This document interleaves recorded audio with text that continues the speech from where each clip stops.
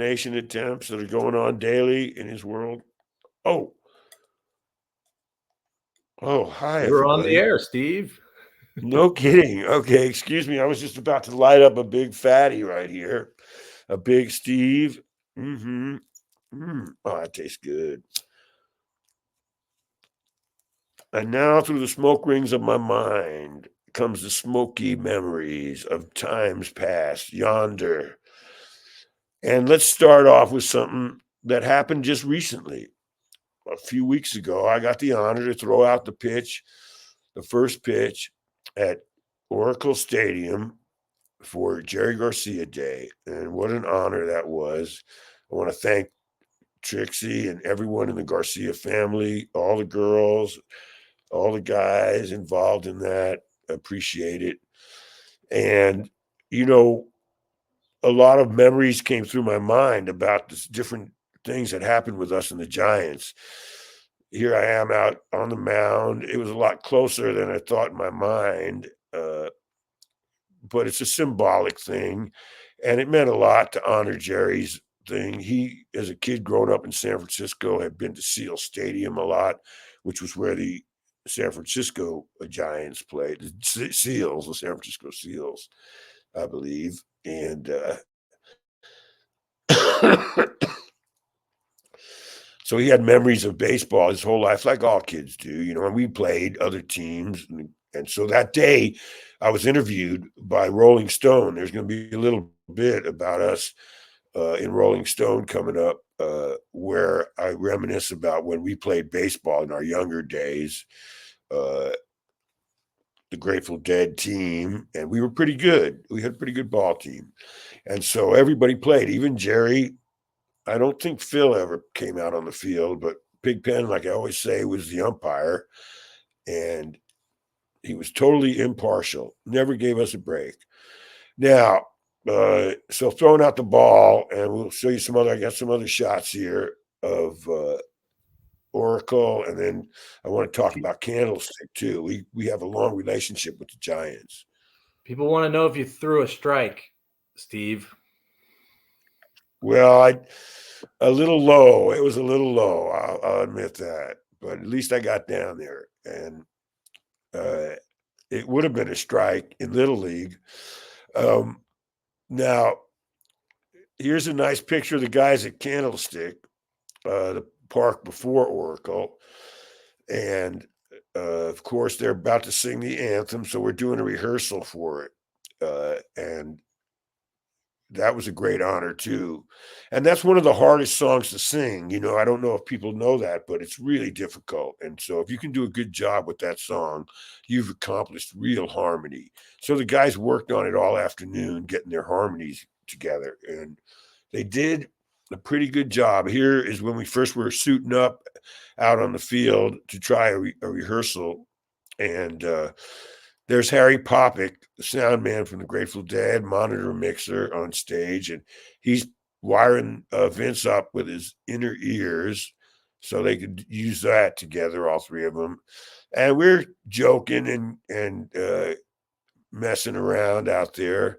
And there's Vince Welnick, of course, on his wireless mic as he's testing it out. And next to him, that's Eric Colby, who was a production assistant of ours, good guy and a real baseball fan and historian of a lot of baseball facts.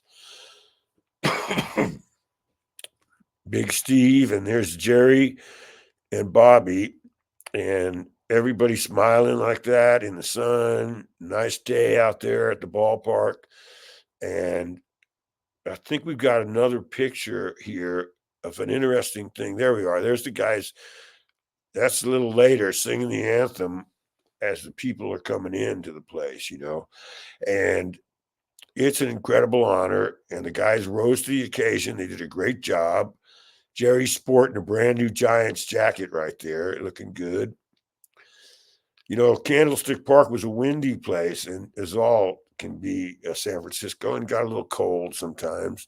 It was known for that. But it was a great old ballpark too, and had served its time. And we did a lot of stuff out there for other people. Bill Graham had shows out there in the old days, and there were big tailgate parties for the 49ers, and a lot of our friends would throw it. The Journey, Herbie Herbert parties were legendary. Him and Bill Graham would just throw these amazing tailgate parties out there for 49ers games. And now, give me another shot here, please, Jeremy. Now, this is a real special thing that happened out there. Not the same day, but another day. Now, that gentleman with Jerry is Tony Bennett, the great Tony Bennett himself. And so lucky we were to already have known him by this point. You see, we were playing Madison Square Garden, and Jerry and I were up on stage in our little hangout up there, and we were smoking a joint and talking, and the promoter's rep came up there and he said, "Hey, somebody needs to talk to you guys, and he's a friend of ours and yours, and he's a great entertainer, and can we bring Tony Bennett up?" And we said, "Sure, sure, bring him up." So he brings Tony in, and Tony was just instantly, it was friends, man. It was like we all locked into each other. Jerry introduced himself and me to Tony again. We had this was the first time we met him, excuse me. And so he says to me, "Steve Parrish, oh, is your uncle?" He said, "I know that name Parrish." And I said, "Yeah, my uncle Mitch wrote Stardust and 500 other great standards." And he knew him right away. It was like old home week all of a sudden with me and him. We started talking about it, talking about this. He had recorded many of my uncle's songs, Stars Fell in Alabama, and many other ones. And you can look up Mitchell Parrish's song list that he wrote.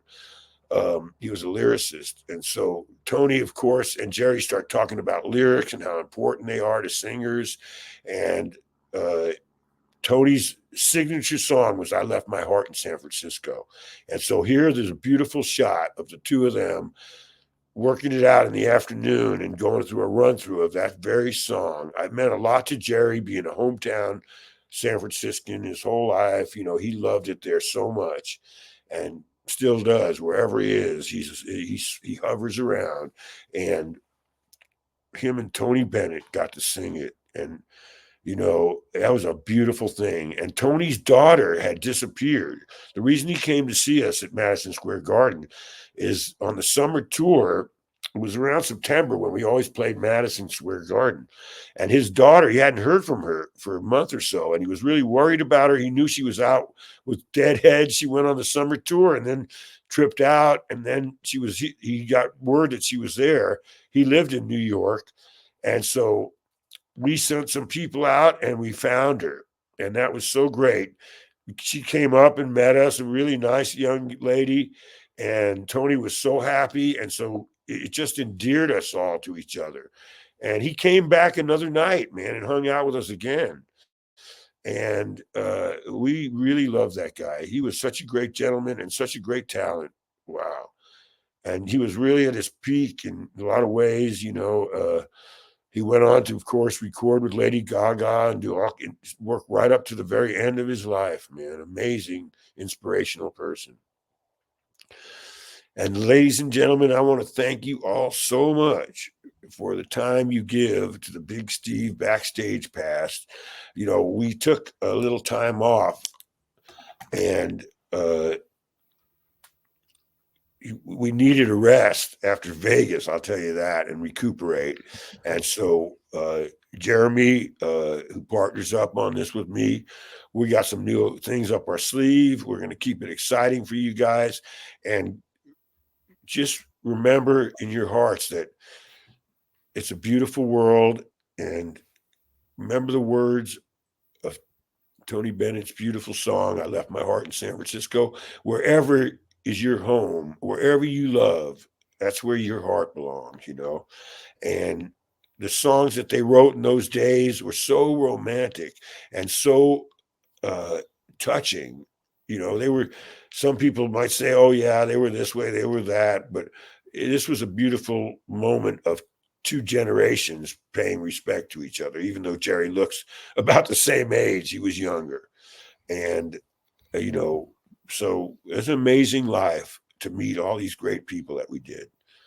I, Thank you I, for tuning I in. do have one question, Steve, if What's that? I may. Sure. So back to when they sang the national anthem, did they get as nervous as they would before a show?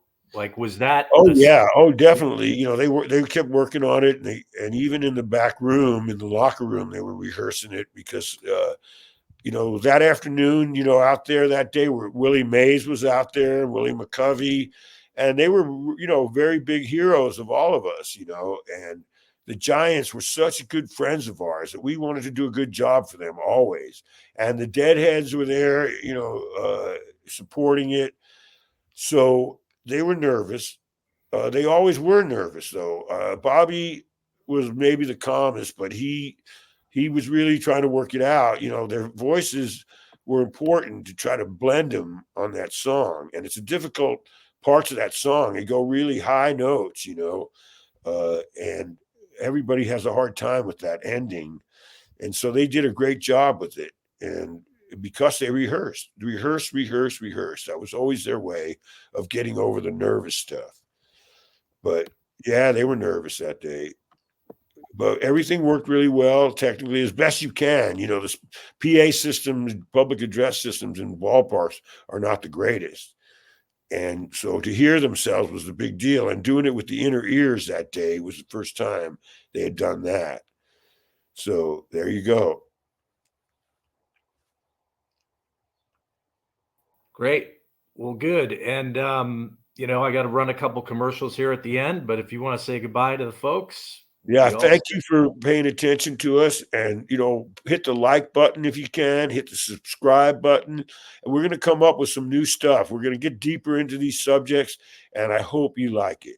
So thank you for tuning in. We'll see you next week. We're back now. Goodbye, everybody. Can't smoke weed anywhere in different hotels. Like, there's different hotels, don't get me wrong, everyone wants to go for the name, but what about the experience? And we offer that experience on top of plenty more other experiences. Come to the pool. Come to the pool, go to the garden, smoke. You can go and have your munchies in the garden. You can come out, have a drink, and then it's topless. So it's like you're kind of getting everything. And then we have TV, so we're playing a game. Like, who wouldn't want to come here? Starting a whole new thing, and it's all about Jerry's wellness, his caring about you going into the future. It's something that I'm doing in conjunction with his daughters and his family. And it's a product that we've come up with. And it's Jerry Garcia CBD. They're gummies. They're great flavors. And it starts right there telling you the love Jerry had for you guys. As his roadie for so many years, I know how much he cared about the audience. This comes in a tincture and a beautiful peach gummy. This is the special thing of all, the pain cream. It works so well, it's incredible. You put it on any ache or pain anywhere on your body. It does something for you that is so amazing. You can always tell you got the authentic stuff by the Jerry Garcia signature and the Jerry Garcia handprint.